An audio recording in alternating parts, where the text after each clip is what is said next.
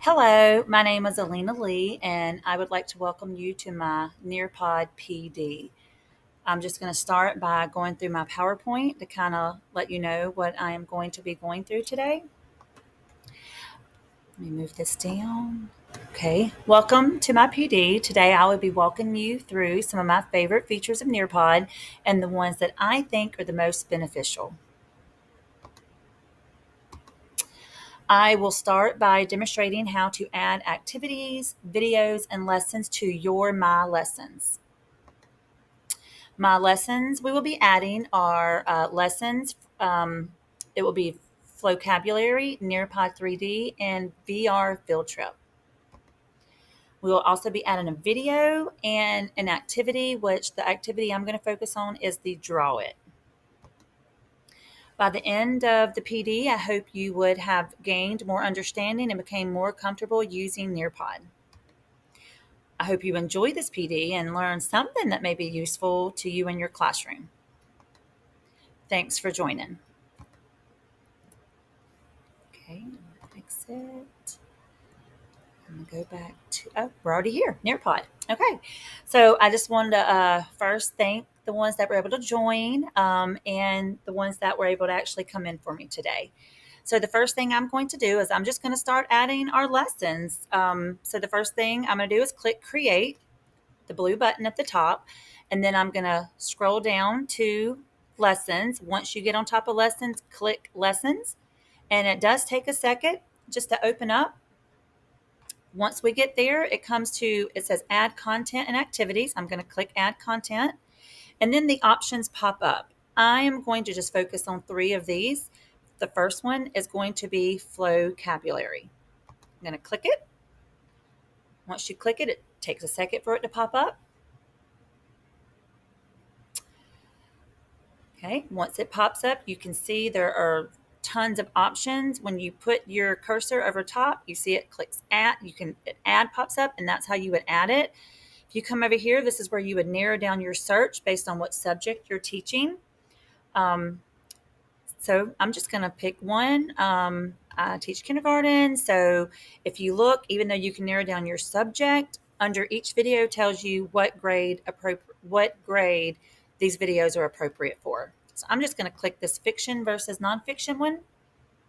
It's going to bring it back to that screen where it said add content and activities. And behind here at the bottom, it says save and exit. You have to click save and exit for it to add it to your My Lessons, which is going to automatically bring you back to that now. And now you can see it's been added. So now we're back at my main screen at My Lessons. I'm going to go back up here to create. I'm going to, again, click lessons. It's going to take a second just to open up. It's going to bring me back to that content and activities tab. I'm going to click it. This time I'm going to focus on Nearpod 3D. I'm going to click Nearpod 3D. Before I do anything else, before I show you any of the options, I'm going to come down here and click the little I, and that's going to give us more information. And it actually has a short 55-second video that I would like you to watch before we do anything else. Nearpod is excited to introduce Nearpod 3D, its brand new content offering of 3D objects. Let's take a second and explore what this new feature has to offer. Nearpod has created a library of more than 100 objects, with more being added all the time. These objects are organized into 5 different content groups, so I can easily find what I'm looking for. Now, with 3D objects, I don't have to be satisfied with flat, passive images. I can insert 3D objects so my students can explore the object they're learning about. I like the looks of the respiratory system, so I'll preview it and make sure it's what I want. The preview is fully enabled, so I can zoom in, rotate, or pan around the object. It looks great, so I'll insert it and finish my lesson. Thank you for joining me to check out Nearpod 3D. If you have any questions, don't hesitate to reach out to us at support@nearpod.com. All right. I hope you found that video somewhat useful just to kind of give you a preview of what Nearpod 3D is. So I'm just going to click the first one I see, which is animal cell. I'm going to click done. And it brings me back to this option where it brings you to your the add content and activities where you have to go down the bottom and click save and exit. Now it has added it to my lessons. I'm going to go ahead and click on this really quick. I do that every time. I want to click on the live participation and just kind of show you really quick how neat it is. Just what a cool feature it is to have. So it would be a better option if you had a touchscreen. I'm sure you might could use your cursor and click and turn this all around, but I have a touchscreen, so I'm just going to show you. I just start turning it and it moves. I go up and down.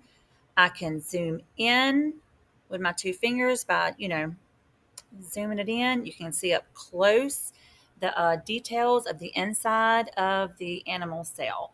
I just think this is a really cool feature, especially for students to be able to explore. Um, and it's just really neat to be able to see the details of all these different options. Okay, so I'm going to click Nearpod to bring me back to my main screen. I'm going to go back up here and click Create. I'm going to go back to Lessons.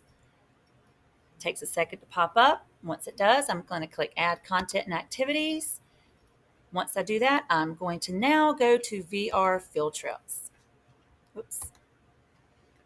All right. And here, this is field trips that takes you around the world. I love this option because a lot of our students probably will never go to these places. And if they do, they would probably maybe only go to a few in their lifetime. And like I said, some may never. Right now, like since COVID, we still haven't really been opened up to go to field trips. Hopefully, maybe next year will be different. But this just really gives a fun option of being able to explore, all of these different places on our screen. So I'm just going to go ahead and click one. Let's see, I'm going to scroll to the bottom. Oh, I'm going to click Times Square. So we have different places within, the United States. There's places in other countries. So now that it's here, again, save and exit to put it back into my lessons. And before we move on and do anything else, I'm going to open it up and just kind of show you. Kind of the same with 3D, the Nearpod. I click that student paste every time by accident. Live participation. It would be really nice to have a touchscreen so you can just maneuver through it easily, but I'm sure without you can use your cursor. So I'm just going to use my fingers. I'm going to zoom out. You can scroll all the way around. You can look up. You can go back. So it's just really cool. It just kind of brings you there. It almost feels like you're there with them. Just like I said, I just love this feature. I love to travel myself. So just being able to look at these little snapshots of all these different places, I just think is exciting. And I think the kids would really enjoy this too, especially when we don't really get to get out that much right now. I think this would be a great option, just to kind of have, just some little fun time, just show them some cool things of places around the world. Okay. So now I'm going to go back to Nearpod, to my main screen. If you click Nearpod, it always brings you back to that main screen where all your lessons are added to your My Lessons. So now we're going to click to add a video. I'm going to go down to video.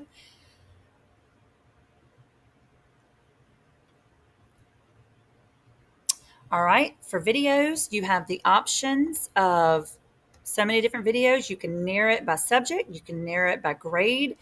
Um, it's I really like this option, especially when teaching all the different objectives you have to teach. If you don't see anything quickly by narrowing your search down, you can always actually type in this search bar up here, the content that you're looking for. So I'm just going to click the first one I see, which is Fables. Once I click it, the video is going to pop up. Once the video pops up, it will not play unless you press play.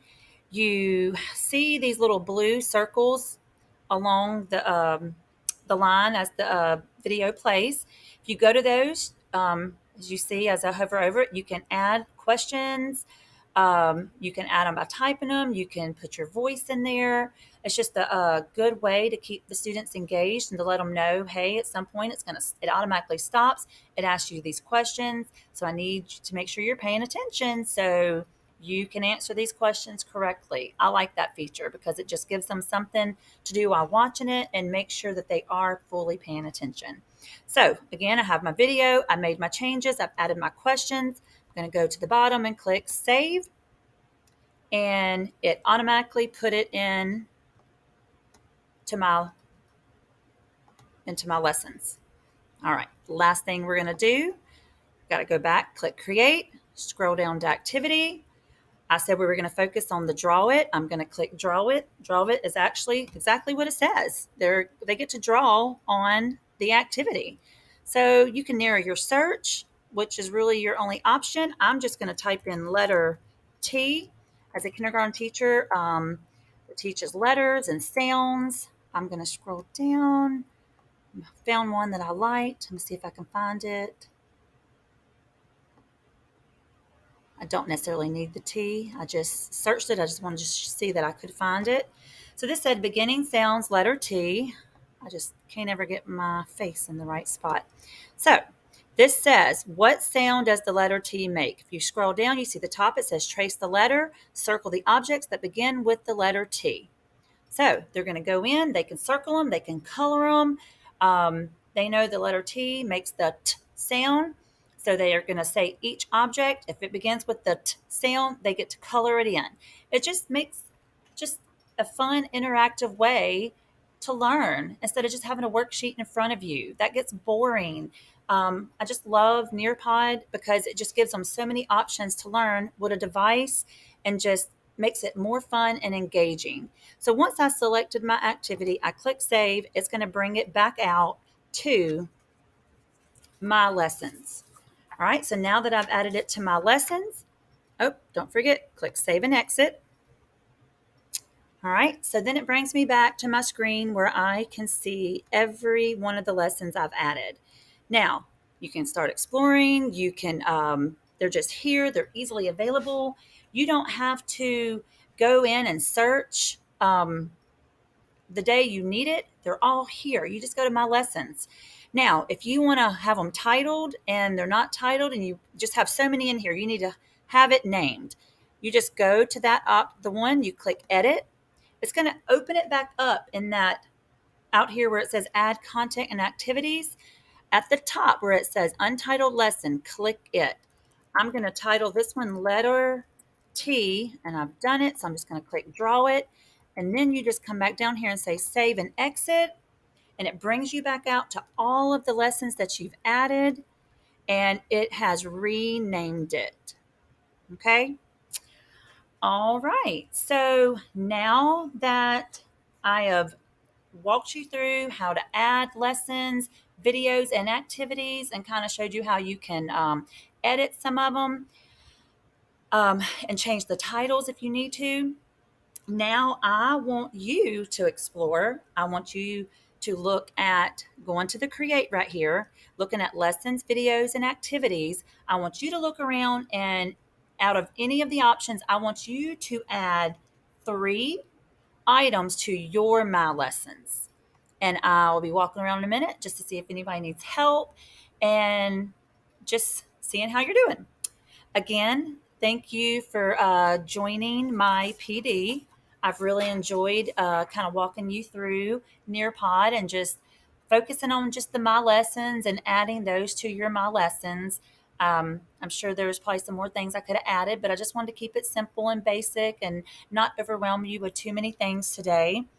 But again, I just wanted to thank you all. I hope you did learn something that you can take away from this lesson and bring back to your classroom. I will say honestly, when I started looking at Nearpod and probably the first time I did open it, I honestly did think it was boring because I didn't know how to work it. But once I knew how to get into where all the information was, I'm really excited to start using this next year in my classroom. I honestly feel because I haven't been using this that my students, I've kind of done my past students a disservice because this is such a fun, engaging way to learn. Also, when I talked to my administration. They had been introduced to Nearpod before, and they thought it was a great option to start having the teachers use in their classroom, and they're excited for everyone to start using it just because of all the great features that they have. So I just wanted to add that in there. It's a great thing to use. And again, thank you for joining and have a great day. Goodbye.